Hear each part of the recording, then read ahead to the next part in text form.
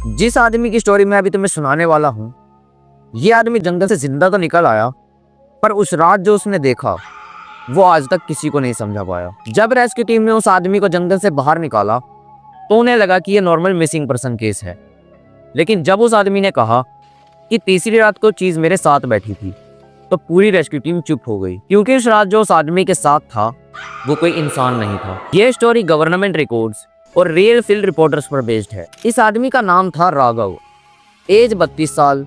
इसका प्रोफेशन था wild life photographer. Raghav को अकेला रहना बहुत पसंद था।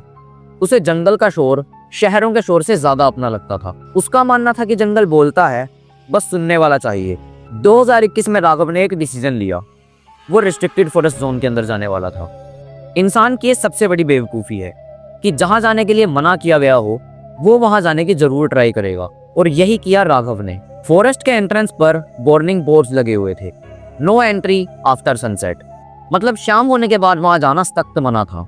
बोर्ड पर रीजन नहीं था, बस वार्निंग थी कि शाम होने के बाद यहाँ कोई नहीं जाएगा। पर राघव ने इन सबको रिमोर्स समझकर इग्नोर कर दिया और उसने वार्निंग बोर्ड्स को क्रॉस कर दिया। सुबह अराउंड 6 बजे राघव जंगल में एंटर करता है। उसके पास सब कुछ था। उसके फोन का जीपीएस प्रॉपर वर्किंग था और नेटवर्क्स भी पूरे थे, और उसके पास एक गुड कंडीशन कैमरा भी था, और खाने की भी कोई कमी नहीं थी। उसके पास सिर्फ एक चीज की कमी थी, वो था डर।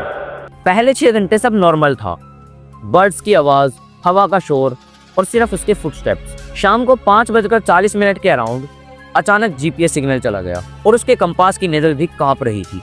इतना होने के बाद भी राघव को कोई डर नहीं था। उसने सोचा कि कोई नेटवर्क इशू होगा, कोई ज्यादा बड़ी बात नहीं है। राघव ने खुद से कहा कि मैं कल सुबह निकल जाऊंगा, और उसे आइडिया भी नहीं था कि ये उसकी सबसे पहली गलती थी। रात अराउंड 8 बजे जंगल बिल्कुल चुप, कोई बर्ड्स नहीं, कोई एनिमल्स नहीं, यहाँ तक कि हवा चलने की भी आवाज नहीं आ रही थी, सिर्फ साइलेंस और फिर फुटस्टेप्स। और शॉक्ड करने वाली बात ये थी कि इस बार ये फुटस्टेप्स की आवाज उसकी नहीं थी, और ये फुटस्टेप्स उसके आसपास घूम रहे थे। राघव ने टॉर्च जलाई और चारों तरफ देखा, पर कोई नहीं था।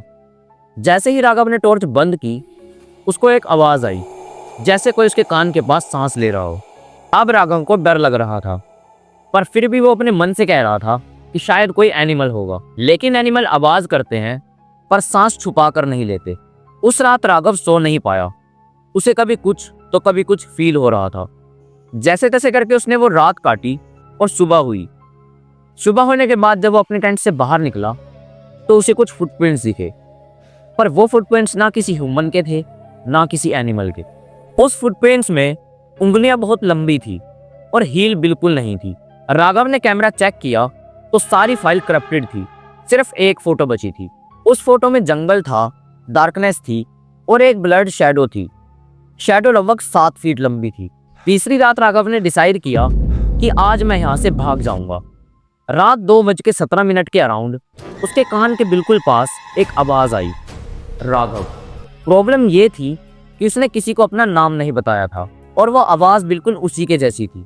उसके टेंट के बाहर कुछ मूव हुआ और वो फुटस्टेप्स की आवाज नहीं थी। राघव ने टॉर्च जलाई और टॉर्च की रोशनी में एक चीज खड़ी थी। उसकी बॉडी इंसान जैसी थी, पर आंखों में रिफ्लेक्शन नहीं था, और उसके पैर जमीन को टच नहीं कर रहे थे। वो चीज मुस्कुराई और बोली कि तुम यहाँ रह गए हो, और राघव बेहोश। 2 दिन बाद रेस्क्यू टीम को राघव मिलता है, जिंदा पर बिल्कुल शांत। फॉरेस्ट डिपार्टमेंट ने उस पूरे एरिया को परमानेंटली सील कर दिया और उस केस को नाम दिया अनक्लासिफाइड प्रीसेंस। जब राघव के कैमरे को लैब में चेक किया गया, एक नई फाइल मिली, टाइम स्टैम्प उस रात के बाद का। वीडियो में जंगल था, टेंट था, और टेंट के अंदर राघव सो रहा था, पर कैमरा टेंट के बाहर से रिकॉर्ड कर रहा था। अब सवाल ये था कि कैमरा चला कौन रहा था। ये स्टोरी सन 2021 की है। आज तक अराउंड 4 साल हो गए, पर यह केस आज तक मिस्ट्री है। इसे कोई सोल्व नहीं कर पाया, और राघव जैसी गलती कोई दोबारा ना करे, इसीलिए उस फॉरेस्ट को परमानेंटली सील कर दिया गया। आज भी फॉरेस्ट डिपार्टमेंट के रिकॉर्ड्स में लिखा है कि एंटिटी ने एरिया छोड़ा नहीं, क्योंकि जो राघव के साथ जंगल में था वो आज भी वही है। अगर आप राघव की जगह होते तो क्या रिस्ट्रिक्टेड एरिया में जाते, जहां जाने के लिए सख्त मना किया गया हो? कमेंट्स में बताओ। ऐसी ही और रियल हॉरिफाइंग स्टोरी सुनने के लिए चैनल को सब्सक्राइब करो, और अगर वीडियो पसंद आई तो लाइक का बटन जरूर दबाओ।